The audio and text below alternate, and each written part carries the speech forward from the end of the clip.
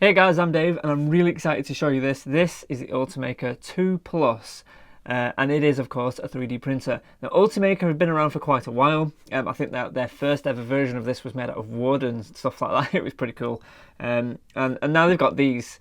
So this is the first time I've ever had a 3D printer. So it's quite exciting. As you can see, I have been playing and printing some stuff off. These are all pretty small things. But the main reason I've got this is not only for doing this review, but also for a huge project that I've got going on. And I'll tell you about the project at the end of the video. It's quite exciting and it's going to be going on for quite a while with this very printer. So let's take a look at this thing. The ASUS Republic Gamer's latest evolution of the most award-winning Intel Z170 gaming board has arrived, sporting dual 32GB M.2 plus U2 for crazy fast storage options. Awesome audio including the quality ESS Sabre DAC with RGB lighting and an RGB onboard controller so that you can fully customise your PC. Click the link in the description to find out more. So when I first got this thing, I thought it was going to be a really daunting thing. Like obviously, like I say, I've never seen a 3D printer before in the office, and I thought, oh my god, how am I going to get my head around this? It's going to be so complicated. But it was absolutely not complicated, which is a huge relief. So it comes out of the box as it is right now, like this, which is, you know, like I say, you know, whew, one of those moments. There's a couple of cable ties that are holding the actual print head in place, which is just here. We'll have a closer look at all these parts in a moment. And you get an accessories box. So in here is basically a super simple quick start guide on what you need to be doing. So it's literally a two-sided card, like so. The print bed, this piece of glass here, that just comes separately. You just plop that into place. There's nothing complicated about it at all. And on the back of here, which I'll show you in a moment, is where the spindle goes, which has got your printing filament on there. And of course it comes with a roll of filament so you can get going with doing some print stuff. For example, I printed a Millennium Falcon, a mini one. How cool is that? So in the box, you get things like this. This might seem like a non-thing, but it's actually a calibration card. It's very important. It's just a super thin piece of card that you use for calibrating. So I'm going to show you that process in a little while, but it's actually really easy. It's something you've got to do, obviously, so that it prints properly. Also in the box is some really handy things. You get this little box of extruder heads. So when I was telling you about terminology. But inside here are all the different sizes that you may need for doing different print projects. So the smallest being 0.25 all the way up to 0.8, and you get the little tools there so you can change the extruder head on here, which is really quite nice. Also in the bag is a USB cable, a prick stick, because sometimes you may need to help stick stuff down, which I'll talk about in a minute, and some tools for, you know, taking the thing apart if you need to, maintenance stuff, and of course your power cable's in here as well, but it's all plugged in now, so there's no point showing you that, but it is a hefty power brick. Taking a closer look at the printer now, the construction of this thing is solid. If you take a closer look, you can see that it's made up of a few different materials. The sides are plastic, whereas the main body of the thing looks like laminated wood, and it's been laminated with an aluminium and then coated with this white gloss, which gives it this really unique look. Of course, they've added in the white LED strips just to help with the look of the thing. It really adds to it, makes it look really smart. On the front of the printer there, you'll see we've got an SD card slot, and it actually comes with a 4GB card with some print files already loaded onto it, which is handy. You got a little LCD screen so you can see what's actually going on with the printer, and it lets you see menu options and all that kind of thing. And next to that, of course, is the menu selector, which is just a twiddly thing, and you can press to actually access things on the menu. Mechanically, there's a lot going on inside the printer. You can see all the little pulleys and motors and things that are in there, which help this thing actually do its printing job. Around the back, you can see where you mount your filaments and where it feeds into the actual printer itself. And on the back, you've also got your power connector, your connector for PC, and an on and off switch. So like I said earlier, I've had this thing for a few weeks and I've been having a play around. So here's some of the little things that I've printed. I think I started off with the little robot. So here was the first ever thing that I printed, and there is a few little errors on there, and that's because I basically hadn't chosen to have any supports with it and all that sort of stuff. So, you know, you get a bit of sagging from the actual filament. Then I printed out a tracer. Now she's scaled down, so there is a little bit of detail loss, but as you can see, the bust of tracer there's turned out not too bad. If I hadn't scaled it down, it probably would have turned out a lot better than this. That took about 30 minutes to print, that little thing there. Then I decided to try this little spaceman. Again, this one didn't print too well. He was supposed to have been a lot larger than this, and I scaled it down in the software that you need to use with this printer, which is called Cura. We'll take a look at that in a minute. And of course, getting a little braver, I decided to print this Millennium Falcon. By the way, all these print files are all from a website called Thingiverse, which I'll link in the description below. It's basically where people have uploaded print files for anything you can think of, really. There's all sorts of stuff on there, like this Lego man. So this is the biggest thing I've printed so far, and of course his legs come off, his head's come off, and I've threw a little face on there because obviously I've been letting my kids play with him. But you can see that it's printed out really well, and these things are solid as a rock. You know, obviously these are hollow legs. I could squeeze that as hard as I can, and it's not going to break. Well, these legs might fall off, but yeah, it was something I was always conscious of in my mind. You know, is this going to be a fragile print? But as you can see, if you look at the bottom, it's really quite thick. Whereas like the Millennium Falcon, this is almost a completely solid object.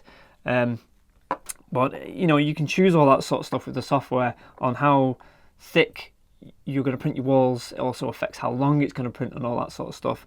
So let's move on now to the setup of this. You can see how simple it is, and then we will do a small print. So when you first set this thing up, it'll ask you to calibrate, and you'll have a message like this. So this says rotate the button until the nozzle is 1 millimeter away from the build plate. So if we just adjust the camera, all we're going to do here is maneuver this, and you can see that the build plate is actually moving. Makes quite a racket, but we'll just do that all the way up, and till of course it's about 1 millimeter away. So that's about there for me, and you just press to continue. And then again, turn left build plate screw until the nozzle is 1 millimeter away from the build plate. So this is this screw here, so you would adjust this until it looks like there's 1 millimeter away from the nozzle. Again, I don't need to change this because it's already done. And then it goes to the next corner. So the calibration process is simple. Again, same job there. And then this step, this is where your calibration card comes in. So it does say you can use a sheet of paper, but it's best to use the calibration card that came with it. And that should fit just under there to the point where it slightly drags on the paper. So I'll turn this, keep turning this, to the point where you can just feel it tugging on the paper, but the paper still moves. And that's that corner calibrated. Again, for this corner, let me just turn that slightly. It's just pinching there. That's enough.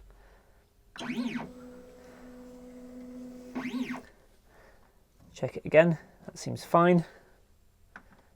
And that's it. There we go. We are now calibrated. Once you've done your calibration, you'll get this option for the material you're using. So it comes with PLA, but it can print in ABS and CPE, and these are just different types of materials, so I won't worry about that too much. Just for now, if you're going to get into doing this thing, just work with PLA, that's what it comes with. So we will select PLA. This is the right material, yes. Now your Ultimaker 2 knows what kind of material it's using. Continue. I'm ready, let's make a 3D print. And let's actually do that, yes. So it says we can select a print file from the SD card. Now this is one of my favourite parts about this thing. It does have USB support to the PC, but you don't actually need to have it plugged into a PC. You can have everything on the SD card, the right files, and print directly from there. So here we go, we've got a whole bunch of files that are on here. Some of them I don't know what they are because they were already preloaded. Some of them I've put on there. So let's just pick something. That's probably too big. Those bottom ones are the ones I've done. So let's say we wanted to make the Ultimaker robot again, which is this guy here. This one. It tells you all the little bits of information that you need to know about it. So the nozzle size, how long it'll take, and the material it's going to use. So while our 3D robot's printing, head over to Ultimaker's website, look under resources and head to software and find Cura. So here's the Cura software. It's free to download, and this is basically how you get 3D files converted to something that the printer understands. So load up Cura, and here it is. I've basically left everything in its basic default settings and all that sort of stuff. You can mess around with this at a later date. You can change things, put it into advanced mode and all that sort of stuff. It gets quite complicated, but for now we'll just keep it simple. So the next thing you're going to want to do is print something. So head over to this website called Thingiverse. You don't have to use this one, but this is the one I like to turn to. And this is just full of different 3D files that you can do. Well, you can print with them, do other things with them and all that sort of stuff as well. You can explore, or you can just see what's new. And as you can see, there's all sorts of different stuff in here. These are people who've uploaded themselves, so these could be just little projects that they've created for something that they've needed. So like this guy's got a housing for what looks like a knockoff GoPro. But we've got things like there's a plane there, practical stuff. There's just a badge here. There's a tracer. And you know, you could be here all day looking at things to print. So if we just go back to the top, I noticed that there was a, where is it gone there, an ice scraper. So this is just a simple thing to look at. There's a 3D printed version of it, and there's the 3D file of what you need. So we can download this thing, and it gets downloaded in a zip file. And then we can import that into Cura. So there we go, I've extracted the file, there it is. So head over to Cura, go to File, Load Model File, and then just go and find your download. And there it is. Open that, and there it pops up into Cura. So it's going to tell you, with its current settings, it's going to take 2 hours, 43 minutes to print. And it's going to use 2.43 meters or 19 grams of your filament. And you can do things like we can look around it and all that sort of stuff, and we can select it and move it if you want it to be somewhere else on your print bed and all that sort of stuff. And we can also change like its rotation. So if you were printing something different, you could move the actual image itself. We've got scales, so we can make it half the size or twice the size. So if we put 0.5 in there, it will shrink down, and you can see that it's recalculated that it will only take 30 minutes to do that, and 0.3 meters of your filament. Or we can make it twice the size. There it is, huge. Now you'll notice that it's greyed out. That means it won't fit on the print bed, so that's something you need to consider when printing really large files. But we'll put that back to 1.0, and there we go. On the left hand side, you see we've got all sorts of different options here for the quality of the print itself, the fill, the speed and temperature, and all these sort of things. So these things are important. Obviously, when you're new to this, you're just going to leave it as it is standard. You don't want to be messing with any of this. But if it was, say, like the tracer bust that I did, which I will load up now for you. So here's tracer, and obviously we want to put her in the right position, because she won't print like this. So you would select by clicking on her, and we can bring up the rotate tool, and we can just manually rotate her like so, or we could just click on her and move her around. You'll notice that she'll automatically jump to the level of the print bed, which is super handy. So there she is. It'll take a long time to print her, but you'll notice that she's got a lot of overhangs. So you'll see her hair and things like that. That's overhanging into midair. So that wouldn't print properly, because obviously you can't print into thin air, you can't print in mid-air. So you'd need something like a support. So if you look again on the left-hand side, you can see you've got support type none, platform adhesive type none.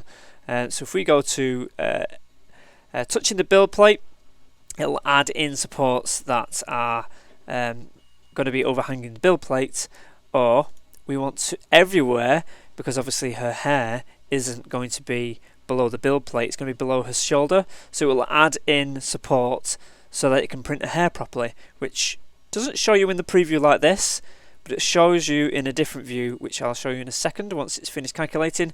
As you can see, we've gone up to 6 hours 20 minutes now. Up in the top right hand corner we've got view mode, so we're in normal. We can see the overhangs, transparent, x-ray and layers. Layers is the one we're going to check out right now. And this is essentially what this program does. It takes the 3D file and it turns the 3D file into this layered version of it. And each layer is basically where the actual print head is going to print the filament when it's printing tracer out. So if we just go all the way to the bottom, you can see that's basically how it's going to start. It's going to come in from the left hand side like you saw with the robot a moment ago, start printing out the bed, and it just goes up. That's layer 1. Then we've got like layer 7s there, and it just goes up and up and up and up and up and up. And you'll notice it starts building up tracer in red, and everything in green is the supports that we've told it to add in. So if we go all the way up to a hair, you'll notice that it's put a support right here to hold this piece of hair in place. So the support will be just like a structure, doesn't really add too much time to the print time itself, but it's essential for things like this. So if we keep going up, you'll notice that that piece of hair will then won't fall over, and then there's the larger piece of hair just here, so you can see that it's built this structure to hold it in place, basically like scaffolding when you're building a house, and that will make sure she doesn't look all weird when it's printed out. Then we go back to normal view, and that's what she'll hopefully turn out like. Obviously you'll see all the polygons because that's actually part of the 3D file, so you know what you see is what you get essentially.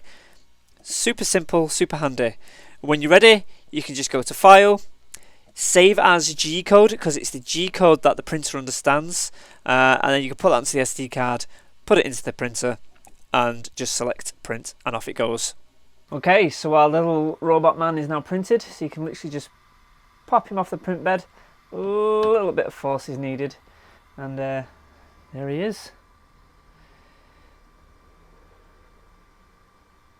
As you can see, he just needs a little bit of clean up. I used some glue, so that needs to come off, just to make him stick to the print bed properly. I'll tell you why in a minute. There's just a little stringy bit on the top there that you can just pull off. But there he is. Turned out quite nicely. There's a little error here, and that's because we didn't use any supports. So that's what happens if you have an overhang without supports. That's what these bits here are on his hands. Those are just to hold his hands in the right place. But pretty neat, not bad for a quick print. So as you can see, the whole process from taking it out the box to getting your first print done is a fairly simple process. You can pretty much get straight into it. I didn't find anything difficult about it, even though when I originally took on this project I thought, oh my god, this is going to be mind-boggling, but actually quite surprisingly it's very easy. So there's our little robot we just printed, and it's not without errors. So what happened here was I hadn't used any glue, and you don't always have to use glue, it's not something you have to do, but maybe smaller prints like this may be needed. And what's happened is the sides, the bottom has raised up at the sides and it's gone out of shape, and it's just popped off as the printer head was coming by. So you end up with a lovely mess like this of a failed print, and it's going to happen. It's just part and parcel of a new technology like this. It's not going to be perfect every time. Other things that I've had fail on me, just one other little project, was I tried to make a normal sized Lego man from the project that I took from Thingiverse, but it's not like a normal Lego man 3D file.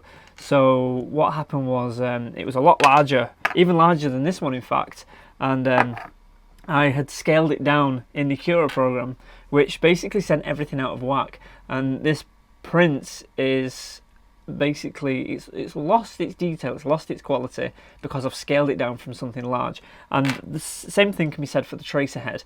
Tracer bust, I should say, was actually a lot larger than this, and I've scaled her down, and because of that she's lost a bit of detail, but it still turned out all right though. So it's just something you need to note if you're going to be doing something like that. Scaling down is not the best thing. You should print at the size that it was made for. So I want to just give a huge shout out to Ultimaker to say thanks for sending this over. I've enjoyed having a mess around with it, and thanks for supplying it for this project that I'm doing. So as you might have guessed, the project I'm going to be doing with this printer is to build a 1:1 scale BB-8. I am a member of the BB-8 Builders Club here in the UK, and I have this rather thick book here. Is 90 something pages, 91 pages of instructions on how to actually 3D print your own BB-8. So that is the massive undertaking that I'm going to be doing with this printer, and I'm looking forward to it so much. I've got a big stack of PLA in orange and white. I'm going to need to get some black, but we're going to make this guy 1:1 scale, full sized. Now he's not going to be controllable. I'm not going to have him so he can drive around. He's going to be a static body but with a moving head, so his head will do all of this sort of stuff, and obviously I'll get lights in there, and I'll have him so that he can talk and all that sort of stuff. And the idea is that he will go on the road to shows around the UK, and hopefully I'll be able to take him to shows that I attend, such as Insomnia and stuff like that, and we'll have him on display so you can get some pictures of him and all that sort of funky stuff. But it is a long project, so that's going to take me probably until next year until he's ready. So after this video, I'm going to go right ahead and start with this huge undertaking. So I hope you enjoyed this video. Check out the Ultimaker, there's a link in the description and all that sort of jazz. Don't forget to thumbs up or thumbs down this video.